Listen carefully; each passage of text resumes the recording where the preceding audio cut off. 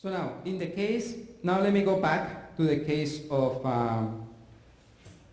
the, how do you actually, what is an RVM, and how do you actually even train those ones? So actually an RVM is very similar. It's another probabilistic graphical model. For example, it's a restrictibles machine. And then the only different thing is that now, remember we discussed last time, we're going to have some unseen variables. These are this layer. And then we're going to have some visible variables. That's where the data is loaded here in this level. Here is data. And here is just ancilla variables that help for the correlation between these visible variables. You're going to see actually in a minute why this construction is useful for. So you're going to see why this model was proposed in the 80s, the fully visible machines, and it was dropped basically because nobody knew how to compute this efficiently. And then they saw that they could make progress with the RVMs, and that's why they're widely used now in machine learning. So here notice that my energy model now is going to depend on in U, V, and you will still have the theta. But the theta now is different because the theta now we have HI, VI. Now we have as well JI. We have biases on each one of these nodes, UI. And on top of that, you have actually only JIJ between the visible and the unseen, and the hidden variables. So it's slightly different. And remember, but since we're going after we need to define still, we need to stick to the probability of the data. So what you say is, okay, I still have a Q of theta, a joint probability distribution that is just V and U that depends on theta. It's just the same Boltzmann distribution, U and V divided by partition function. But now remember, I really don't care about the unseen variables. They are just there to really capture correlations. At the end of the day, when I compute my log likelihood or my negative log likelihood, all that I care is about the visible variables, because those are the ones that I'm going to try to sample to solve problems. So that's the one actually that represents the data. But it's very simple because all that you do, you just trace over, you just sum, by definition, you just sum over the joint probability distribution. And that's your model. So actually this is the model. Remember, to calculate the log likelihood, all that you need is just Q of theta of V. The only thing is that it just looks different because now you need to sum over all of this, but you can plug this guy inside there. If you do all the math and compute the CNLL, the negative log likelihood, that is just the minus the log of this quantity,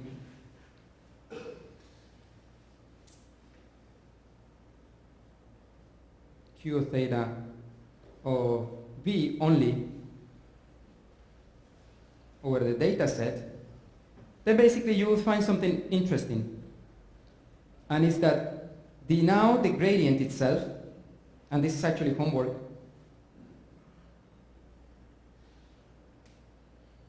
let me just, the gradient with respect to HI has a similar, or HA, has a similar expression. Actually it's proportional to the same Vj over the data minus Vj over the model. I'm going to explain in a second actually what they mean, because they are not the same thing as in the previous slide. Of course, now you need to also update the weights on the unseen variable because everything is being learned. So these guys would be the Uj over the data minus the Uj over the model. And then finally you have Jij. Not surprisingly, it's the same thing, it's Vi Uj over the data minus Vi Uj over the model. couple of caveats here, and you will see this if you work out the derivation exactly. So P over the data here doesn't really mean as in this quantity here is going to depend on the temperature. That's a subtlety. The reason why it's going to depend on the temperature is basically P data here, the probability over the data. What it means in this model is basically is the probability of that particular bit streams, but actually when you clump the joint probability distribution, you clump the data. So basically is when you have this entire probability distribution, the Q, and you clump the V's. You clump only the V's. Notice that when you clump the V's, there is a residual probability that is precisely probabilities that are going to depend on you. And the beautiful thing of the RBMs, and you see here clearly in the math, is once you clump the V's, this model becomes linear. Basically, this goes to a constant. And this guy goes to a linear term because now the V's has been substituted by values of the data. So it comes linear here in U, it comes linear here in U, and that's basically this goes to a constant. So the beautiful thing of an RBM is that once you clamp the data, everything kind of like boom, vanish, and basically you get uncorrelated probabilities that are just pretty much bimodal probabilities that are going to depend on the temperature, but they're very simple to calculate. You can just toss a coin with a certain weight, and basically you can compute these averages very, very easily. So it's a piece of cake. So this guy is piece of cake. And all of this, piece of cake. This entire column is piece of cake.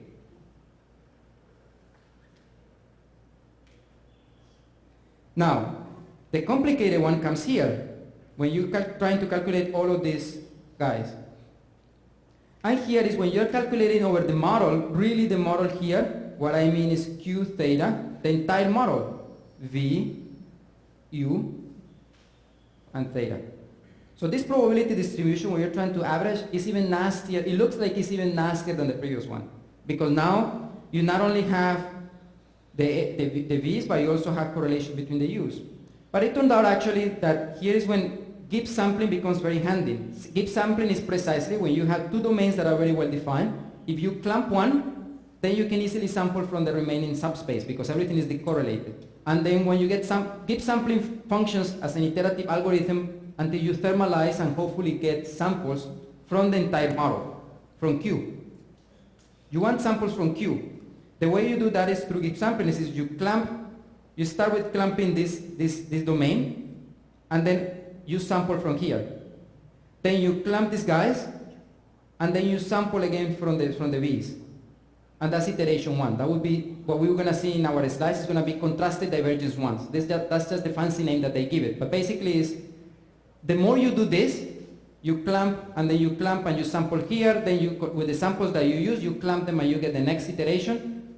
As you go like this is basically CDK. So if you do that K times, that's basically the more you go, the more you thermalize the samples. And that's basically, it's a theorem that comes from Gibbs sampling, is that if you do that process ad infinitum, you're basically going to end up getting samples from the Boltzmann distribution. And that's the way actually how it works.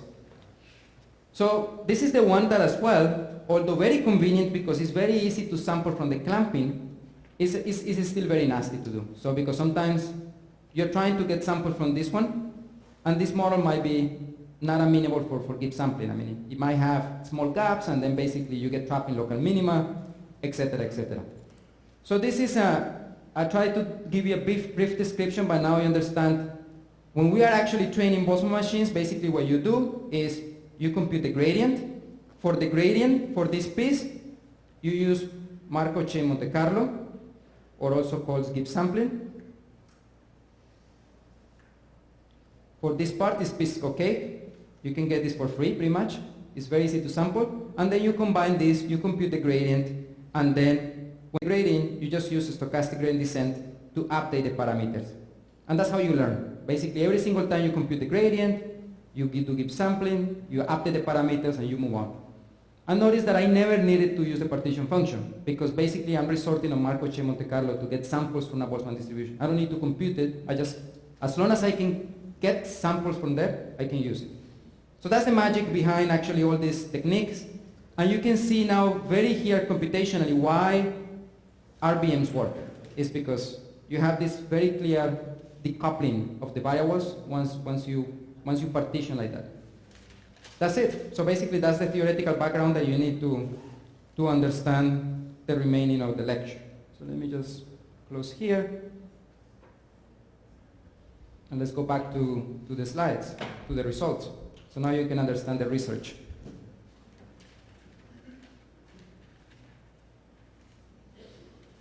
Any questions up to here?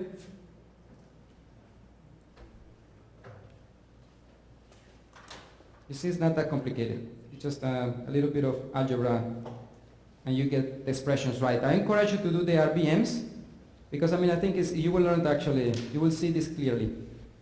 You will see clearly this expression. It's a bit more complicated because of the sum over u, but at the end of the day, everything becomes very nice. Okay, so let's go back to the last time. I think I have plenty of time to just finish. So this is just a recap actually. When I'm giving these talks actually, I assume people know that basically you're doing a stochastic gradient descent. Here my script L is actually the CNLL, so that's the negative low likelihood. That's the one that you're trying to minimize. And basically, as I told you, this part you do in a classical device. This is the piece of cake. And basically, the other part you do it on the quantum device. One thing that I forgot to tell you is there was an asymmetry between the fully visible Boltzmann machine and the RBM. Who was able to spot that? Remember, when I was doing the math for the fully visible Boltzmann machine, the temperature came all the way up front. Do you remember that? It was d over t. That was part of the learning rate. So at the front of the gradient. So that we're going to use in the paper that came out in PRX. Here, as I told you, since you're clamping just the data, but you need to sample from this trivial, but still a Boltzmann distribution of one variable, but it's still a Boltzmann distribution at a fixed temperature, then that's the bad news for the guys from D-Wave back in 2010 is if you don't know the temperature, basically you cannot do it because this part, although trivial, depends on temperature. And if you're doing this subtraction, if you're not using the same temperature in this exponential factor, then any deviation would be really bad. And basically, we're going to see that. So that's basically what we did is, how do you fix the issue of learning the temperature in such a way that you can sample from the entire RBM, the one that we were discussing is up to here, from the whole model, that's going to be what actually we're going to implement on hardware, and then you can move on. So what can you do actually if you can do that? Something cool, I'm just showing one of the results, just to show two things, that it works, and second actually that you can do cool tricks. One of those is this is CD1. Remember what I told you, this is the kind of like the canonical way. It's not the gold standard, but it's the canonical way they would do it in machine learning. So they're very lazy, since they have a lot of data, they would do just one step or keep sampling. So they would clamp the data, pick up samples from the hidden, clamp the hidden with whatever they get, and get back samples from the data and say, I'm done. Calling it a day. So that CD1 is very lazy. But the trick is that since they have, for example, for the handwritten digits, they have 60,000 points. At the end of the day, you end up averaging a lot of the noise, and it works. So that's the lazy way, but that's the standard way that they do it. And this is how actually the curve, notice here that I'm maximizing, actually this is the likelihood. I'm trying to maximize the likelihood. So if I maximize the likelihood here, I get up to this point with CD1. So I'm not minimizing, apologies here, I'm actually just maximizing because I'm using not the negative log likelihood. Now, what happens here is, this is actually what we call, this QuAIL is quantum assisted learning. This is actually the algorithm. Well, actually, let's take a look what happens if you use the temperature of the device. Let's say if you use a wrong temperature. So you see actually, remember what I told you is one of the tricks is that given an set of H's and J's, the problem is that I don't know what's the temperature. So let's assume that actually you can pick up the temperature with our code and then you use it. That would be this line. So basically if you restart from this point, so you saved a lot of money and time by not using the quantum device, you can pick up wherever you plateau and basically you can use the quantum device and that gives you a better performance than actually just using the canonical machine learning. If you happen to use the wrong temperature, let's say the temperature of the device in these units, basically everything goes downhill. You start de-learning. Everything that you learned, pretty much you go really, really bad. So the temperature is very sensitive to the temperature, and it's definitely not the temperature of the device. You need to learn that temperature, and once you learn the temperature, you can actually make progress. Again, I mean, in the paper, I'm just showing you this slide, but in the paper, we compare with CD10, CD100, because that was basically the limit of exact sampling, and we see actually the results of exact sampling converged to the results of the D-Wave, just showing that we are picking up samples that are very close to the real thermal distribution. And it would require, for the machine learning experts, a lot of work. They would need to do 10 or to 100 give sampling steps in order to match the performance of the quantum device. When in the device, I just program it, I just give them an H and J, I use the algorithm to capture the temperature, and boom, I can use the samples right away, because the device is giving me precisely, let's say I request 1,000 measurements, it's giving me 1,000 bit strings of the size of the problem. And I can use that to calculate the averages. While the guys from classical computation, they need to do Gibbs sampling, they need to thermalize the system, and then actually at the end they can collect samples. So that's basically the difference between the quantum and the classical. And this is basically just a demonstration, as I pointed. This is very neat, but in reality, one thing that we learned quickly with Marcello is also the story that I told you about, that the system follows a very close thermal distribution is a lie, or is actually an approximation. And as the system grows, basically we knew it from the start. I mean, it's a spin glass system. Spin glass systems, they are in particular, they're famous for having unsettled dynamics, and basically for having very complex energy landscapes where they don't thermalize pretty much. It's very hard to thermalize them. At the level that we were doing here, at the level of 30 qubits, you don't see that. For example, all these beautiful plots, they are at the level of 30. Maybe we can make it up to 100 qubits. Once you go to make demonstration with 500 qubits, then it doesn't work anymore, unfortunately. And that's life. There are many reasons.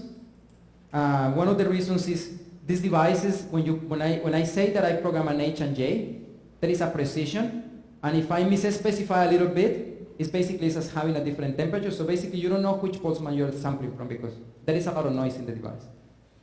So can we add from this? The fact that I have intrinsic control errors in the parameters, the fact that the system is noisy, the fact that maybe, most likely, I'm not sampling even from a Boltzmann distribution at the end of the day. Can we still use the device? Can we also overcome one of the limitations? Notice that in this example, actually I don't have the graph here, but I think in this example, we use a Boltzmann machine that match the layout of the D-Wave device. So it's this 4x4 bipartite graph. I think when you use it to 32 with 4 unit cells, we still actually were using an RBM that actually was matching that type of layout. But in the real world, you need an all-to-all connectivity or higher connectivity. How are you going to do that if the device is limited? As I showed you this morning here, basically in the blackboard. Basically, you need to overcome this limitation of the limited connectivity and the parameter setting. So that's precisely actually the work that we did and that was published in Physical Review X.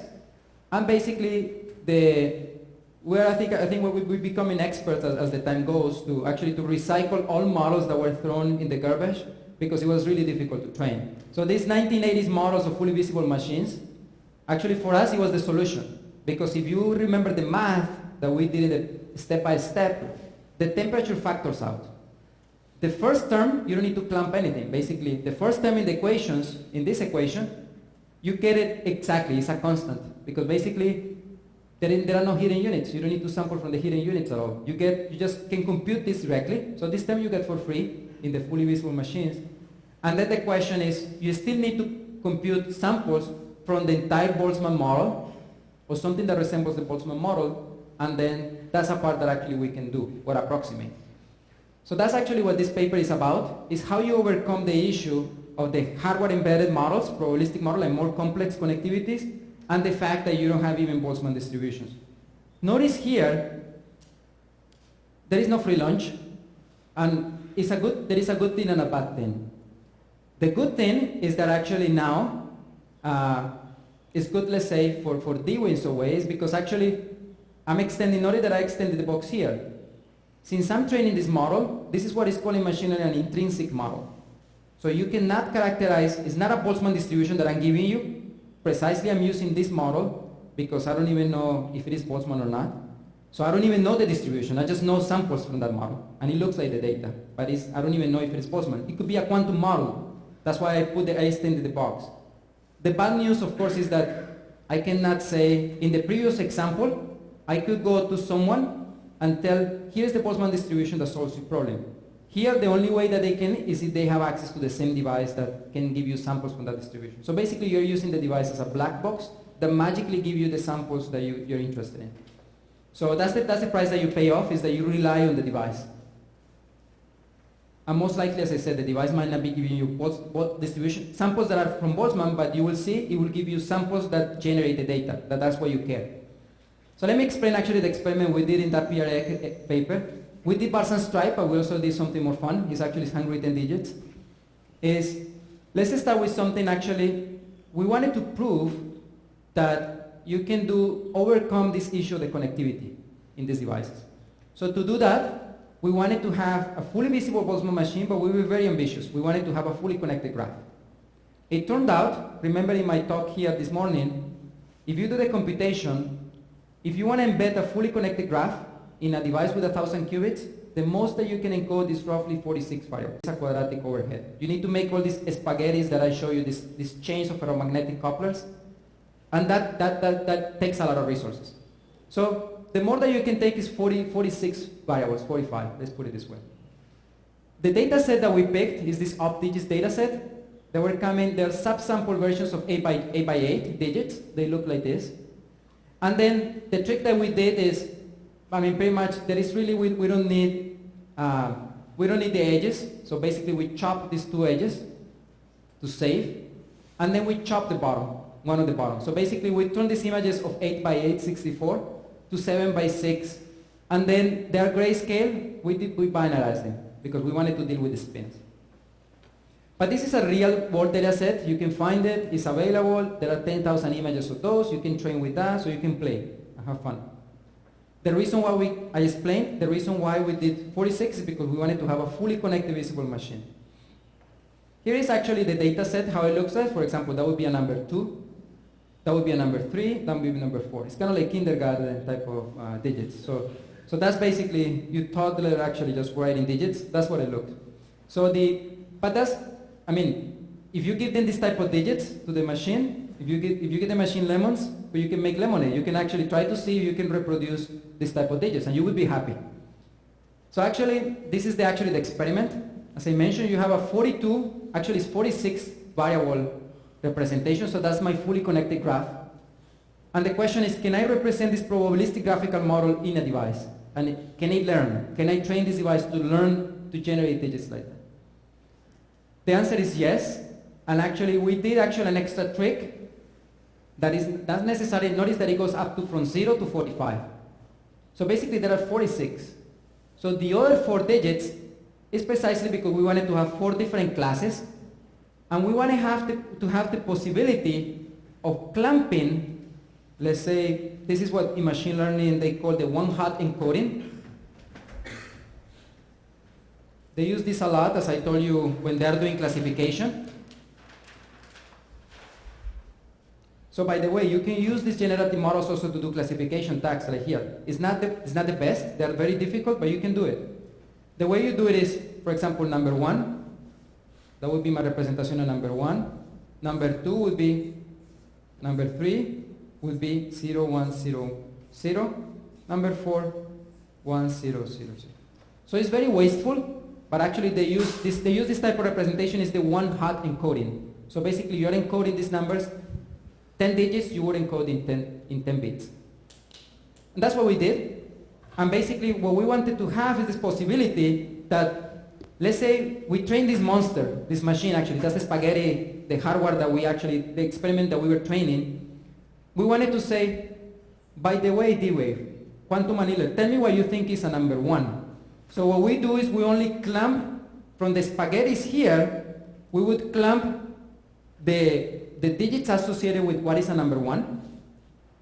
We just clamp those 4 variables, these 4 logical variables, that are going to be represented maybe in 100 qubits or so. When you take into account the spaghettis, you clamp them to be the 0, 0, 0, 1, and then you sample the remaining. And and it will give you something that looks like number ones, hopefully, if you learn anything. So here is actually, the question is, I mean, it's in principle, can I train this monster? I mean, can I train this to give me something meaningful? Yeah, so, and is the model actually capable? One way to, in generative models, since we cannot compute low likelihoods or anything, actually, they do Turing tests. They do visual tests, for example, to see the machine is intelligent or not. So we did actually, I think what we believe is the first visual quantum Turing test, checking the results from a quantum machine versus the data set. So I'm not going to tell you the answer, but basically what you're seeing here is samples from at the bottom or at the top is the original data set. For example, samples of number ones, number twos, number threes, and number fours, either here or here. They correspond to the data set. So what you do in machine learning most of the time is if you have 10,000 samples, let's say you take 7,000 for the training and you use 3,000 for the testing. So basically the samples here belong to the test set. So they have not even been seen by the device in the training set. So these are just a handful of those. The question is, can you tell me which ones were generated by which row was generated by the quantum device and which row was generated by the classical? So who thinks the device generated the top row? So everybody thinks the device generated the second row? Who thinks the device generated the second row? Everybody? Well, it's half and half, so the other ones are not sure. So actually, yes, you're right. And I think maybe you can spot number two is less quality in some way. Because this is the real example from the data set. But I mean, they look actually quite similar. It's not actually, it learned something. And again, the beautiful thing is that we are not doing actually any post-processing after we get the results. You just get this, I mean, the only thing that you do, as I say, you give the device the order, give me number ones, and you collect 10 samples, you collect here, I mean, we have 4 by 4, like 16, or 4 by 6, yeah, 24 samples, or 6 by 6 actually, like 30, yeah, we have 36 samples here. You just collect the first 36 samples, and boom, you don't do post-processing. The only thing that you do is majority voting. Because of course, remember, for every logical variable, for every pixel, I have a chain of qubits that represents that pixel. But then basically, there is something beautiful that I want you to point here is, notice the contrast with, maybe, I mean, I was overcoming the speed limits this morning, but I don't know if you noticed, I think Marcelo pointed, what about these deltas? What about these lambdas? What about actually the penalties that you apply in the Hamiltonian? There is when you're doing combinatorial optimization, there are a bunch of parameters that basically you have no idea how to set in the first place. It's an art, and actually we even developed techniques when I was at NASA how to set this efficiently. But the beautiful thing here is that I don't give absolutely any information about these penalties or the ferromagnetic couplers in these spaghettis, nothing. Every single Jij and everything called Hi was trained with the learning algorithm. So it was actually just following the stochastic gradient descent. And of course, the beautiful thing is that since the data is such that for example, let me take one pixel out of the image. I take Alejandro. One pixel. Alejandro. Well, I think you cannot see that. Black's better. Yeah, so maybe I will explain it because it's easy. So remember, for every pixel, at the end of the day, in the hardware, is going to come as a spaghetti of many variables. Let's say 15 or 40 of those. The way actually you train the model to apply the theory that I show you in the blackboard is now you're training the model, but not in the space of the 42 variables, but in the space of the 940 qubits, where actually you have blocks that correspond to each digit. So on average, you have 946 spins per variable. And at the end of the day, since what you do is a duplicate, or let's say, logical variable number 0 is represented by spin 1 to spin 43, let's say. Then basically what you do is the data, let's say that the pixel is 1. Then basically you will have the first block being 43. That's the data that you're feeding to the device. So the device naturally is learning that it needs to set a ferromagnetic coupler because all these 43 guys that represents logical qubit number 1, they are all the same. They will have the same value. So machine learning is doing all the magic of actually setting the parameters that you need that I had to worry before with combinatorial optimization. It's basically learning by itself what are the H's and J's that give me this quality of picture. And as I said, I don't care in some way if it is even Boltzmann or not. What I care is that it's doing the job. I will tell you, I think one question is, why, if it is not Boltzmann, why is it actually doing the job? Because you derive your equation assuming it was Boltzmann. And I think the answer is, goes to something we were discussing yesterday, is the intuition is, if you look at the stochastic gradient descent, the only thing that it's trying to do is just matching moments. You have a subtraction, remember the equation here? You have a subtraction. You're just matching the first moment of the distribution of the data, and you're trying to get the model to do that. So you're trying to get the gradient to 0. So you're trying to match these two terms. And if you do for the correlation, it's doing the same thing. It's matching the first moments and the second moments of the distribution. So actually, this equation that I derived for Boltzmann, it applies for the entire exponential family. And if it is not part of the exponential family, if it is a quantum distribution, it still is trying to match the first moment. So that's why, although we could be doing crazy stuff here, could be a quantum model, it could be a frozen spin glass system, it still is trying to do, through the learning rule, is trying to match the moments of the distribution. So that's why I think is the magic of this paper, and we can do experiments with 1,000 qubits, and still it works. Because we're not inputting anything, the machine is learning everything. Okay, so this is cool, but as I told you, we need to, I think I have time. So the big question, as I told you, is once we're dealing with machine learning, we usually have large data sets. And the fully visible machines, they're beautiful, but we have small devices. The fact that they're not connected, 46 variables go to 1,000 variables. So there is usually a lot of resources that you need. Images usually are not 7 by 6, you have thousands of pixels. So how do you overcome this problem of having even continuous variables? So let's say if you don't have access to a continuous quantum computer, how do you even overcome those issues?